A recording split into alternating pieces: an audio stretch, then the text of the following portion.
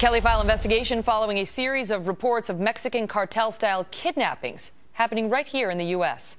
The feds are calling them express kidnappings.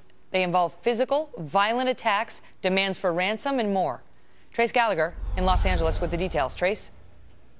And Megan, in U.S. border cities, these express kidnappings, as they're called, have been going on for decades. But the scary thing now is they're starting to spread across the country. What happens is these thugs, these illegal criminals, go in there and they kidnap somebody, demand ransom, and then release them just a few hours later. In December, a Chicago businessman was abducted outside of his business by a group of illegal immigrants when he left work. He was pistol whipped, beaten with a baseball bat, and released after he promised to pay $50,000.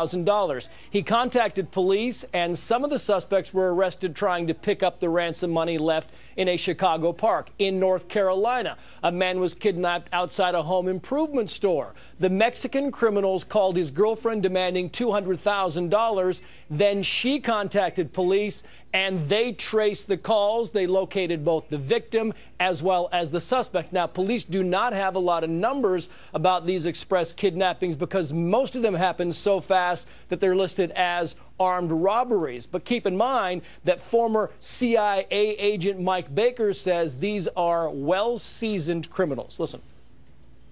They're practicing what they know, and they're doing what they have had success with in Mexico and elsewhere in Latin America, and they've moved that methodology up here into the U.S. If it wasn't a successful way for them to raise cash, they wouldn't do it. They would find something else. They tend to be fairly efficient. Criminal gangs and others tend to be fairly efficient in identifying the soft targets.